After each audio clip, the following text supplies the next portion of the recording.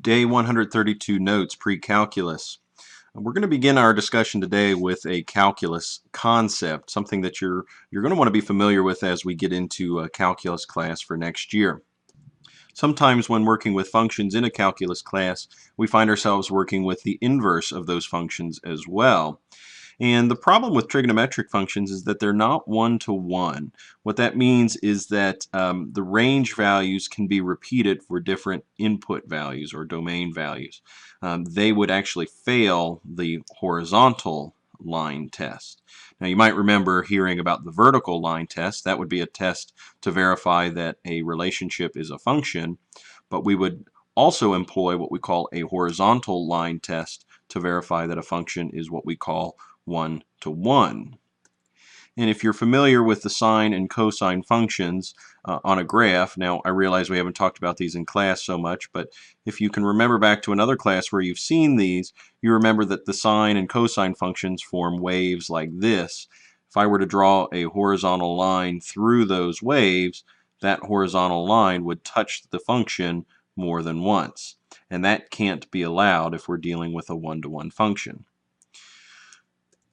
So what we could do is restrict the domain of the function and look only at a piece of it. For example, if I were to draw a window around just this portion of the function, then that portion of the function would pass the horizontal line test, and in this small domain we would have a one-to-one function. And so that's what we do when it comes time for a calculus use of these trigonometric functions. For our case, in a pre-calculus class, we restrict the domain values so that we avoid what the calculator sometimes returns to us as a domain error. Sometimes we just can't calculate a trig function and we're going to get a domain error because the function is not one-to-one. So we want to try avoiding those this week as we move forward. Now that's enough about the calculus portion of this trigonometric class. Let's talk more about the definitions of an inverse trigonometric function. These inverse trig functions will allow us to find missing angle measures rather than side lengths of a right triangle. And by definition, what we say is that sine inverse of x is equal to y if and only if sine of y is equal to x. Notice what we've done here. Sine inverse, we use this -1 exponent to indicate an inverse. Instead of sine inverse of x equals y, we could also think of that as sine of y equals x. If you think back to our logarithm and exponential equations section of the class, you'll remember that we used this symbol there before as well. And we're able to rewrite two functions by simply rearranging parts of the function itself or equation itself. And we can call each of these inverse functions. For example, you might hear me call this sine inverse of x. You might hear me call this one cosine inverse of x, and this one is tangent inverse of x. But we can also call it arcsine, arccosine, and arctangent. Those are common terms as well. Let me show you how we can evaluate some of these inverse trigonometric functions.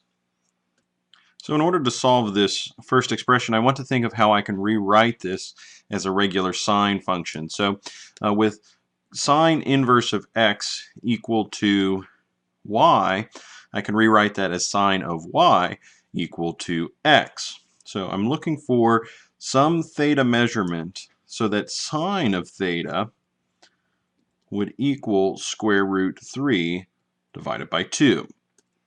Now at this point it's worth noting what our restricted domain is going to be.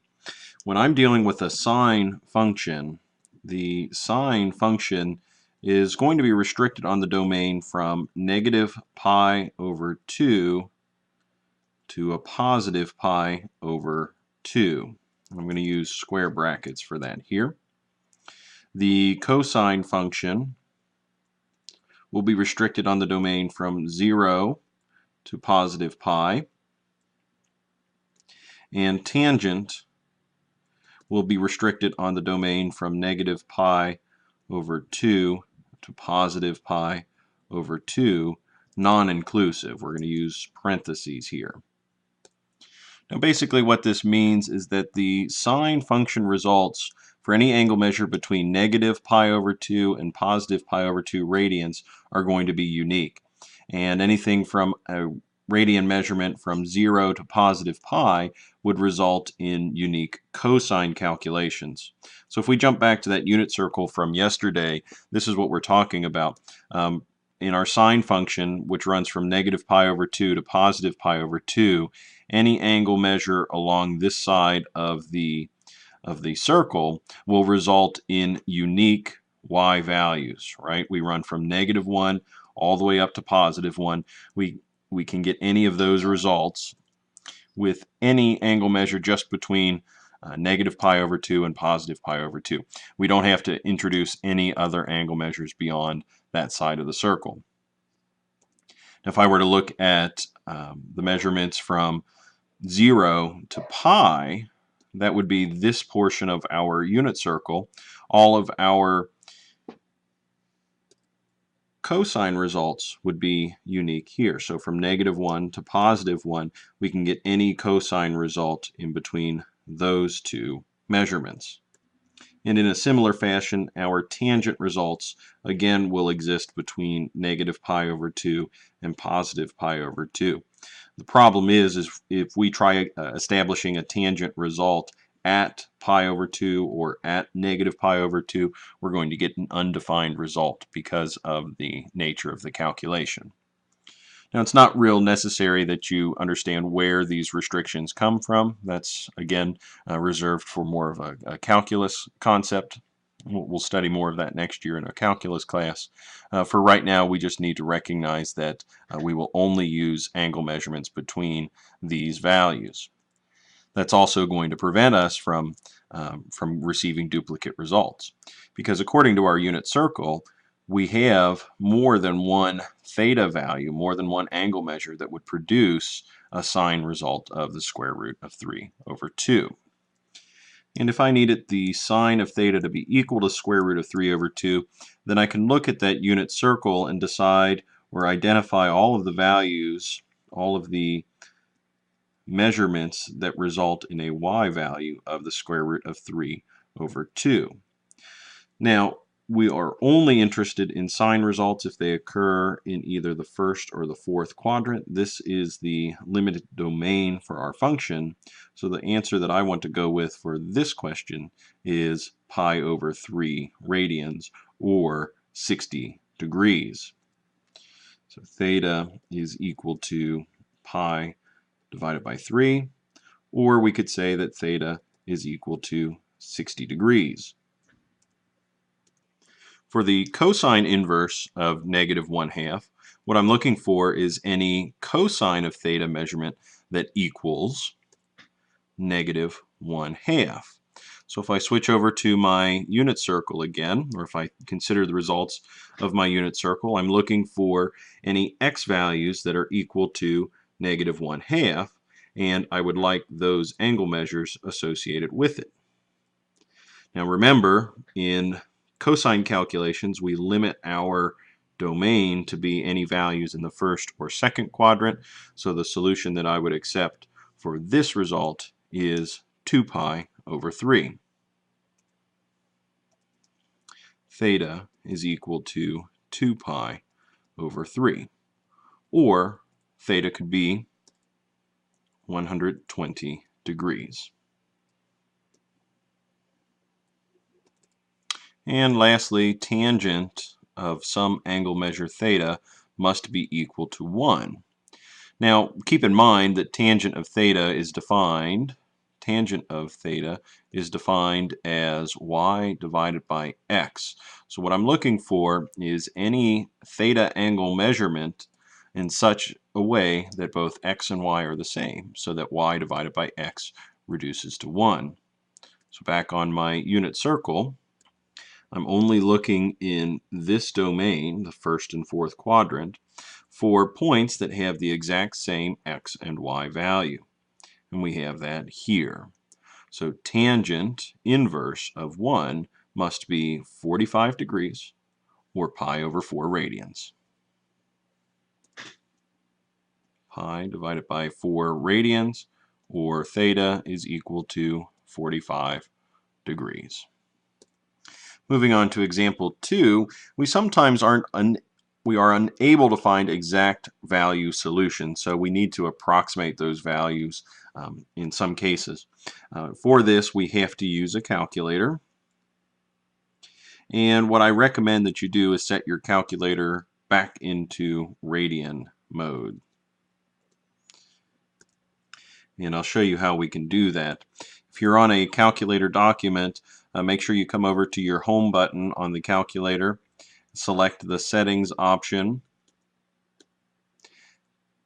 adjust the document settings. Instead of reading angles, we want to change those back to radian. And after you make that selection, you want to, instead of clicking OK, click the Make Default button and accept that command. Then when you go back to your document, it will be set up in radian modes. So if I need to evaluate the sine inverse or arcsine of 0.71, that result comes out to be 0.7895. 0.7895. And that would be a good approximate solution to this function. Next, for tangent inverse or arctangent of 2, we'll go to the trig button, choose the arctangent command of 2, and press enter. Here we get an exact result. Let's see what that would look like as an approximate result. 1.1071. 1.1071.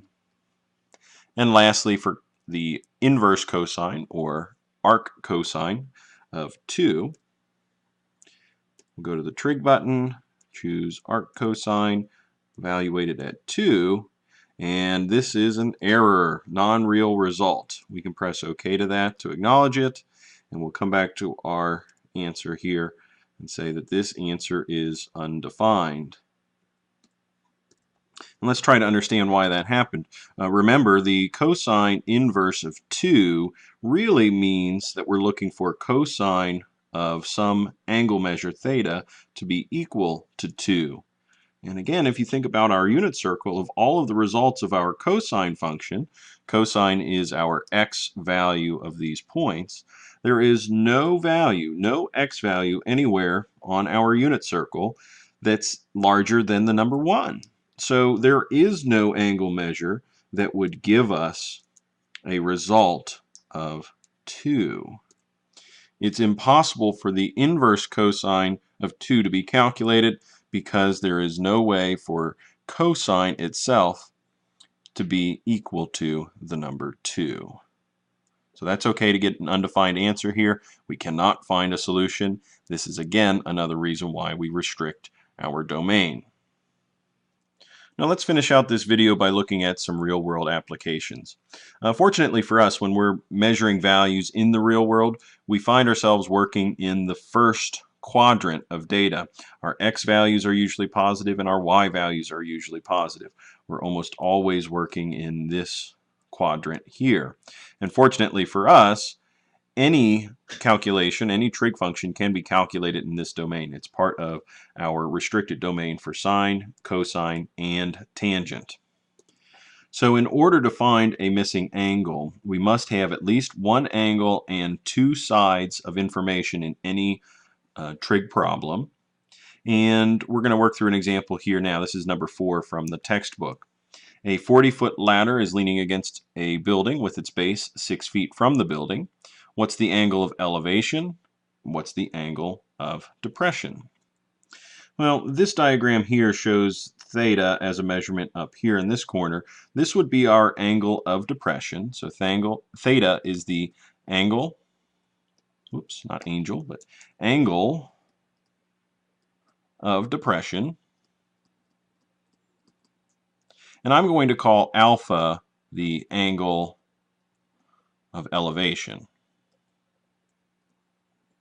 And I'm going to label alpha down here.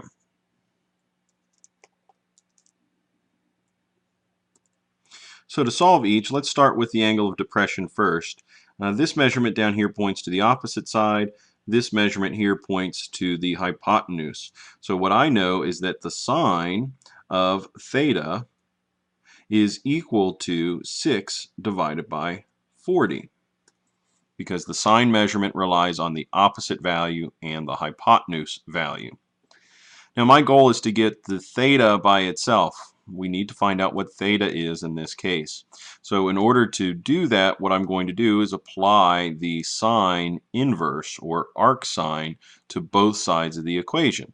This is our way of showing that theta must be equal to arc sine of 6 divided by 40.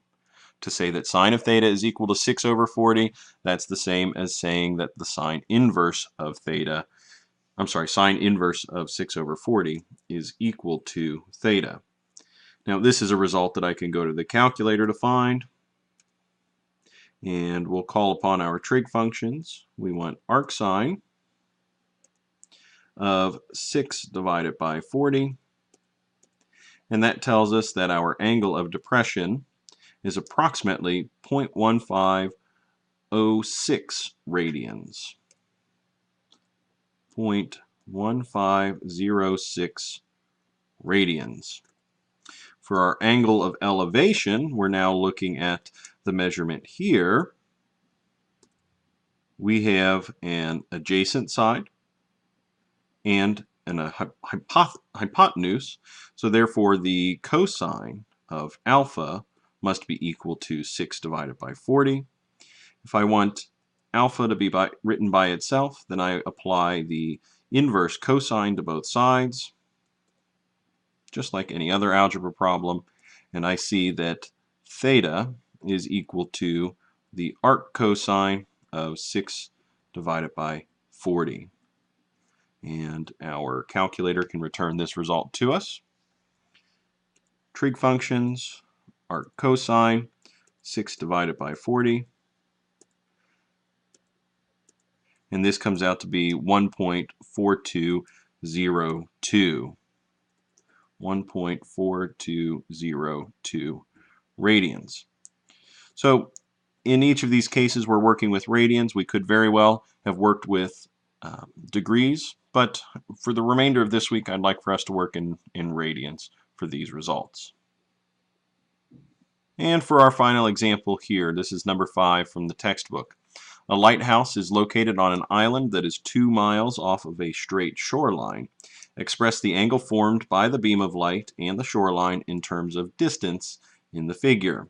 So we're going to establish what this angle measure is, theta, in terms of d. We don't know this actual measurement, but we do know that the lighthouse is located 2 miles from the shoreline. So we do have a right triangle that's formed here. We've got an adjacent side and an opposite side. So a rule that utilizes both adjacent and opposite is tangent. So we'll say tangent of theta is equal to 2 divided by d. Now if I wanted to isolate theta, I would apply the tangent inverse or arctangent to both sides of the equation. This is just like saying that theta is equal to the arctangent of 2 divided by d. And we know that that's true because tangent of theta is equal to 2 over d. Now we can actually stop right here because the question asked us to express the angle, which we've done, in terms of the distance in the figure. So we don't know what d is, but that is the distance on the shoreline. So we'll leave that as our solution here. Now if I were able to measure out this distance, for example, if I came out here with a measuring tape or some other device that could measure the distance, then I could establish the theta measurement exactly. But since I don't know what d is, I'll have to leave this as it is. We can come back to that calculation at another time if we do find out what our distance is. That concludes our notes for today. Please make sure that you come to class tomorrow prepared with questions in case you were a little bit confused about any of this work. I'll be happy to answer any of those questions then.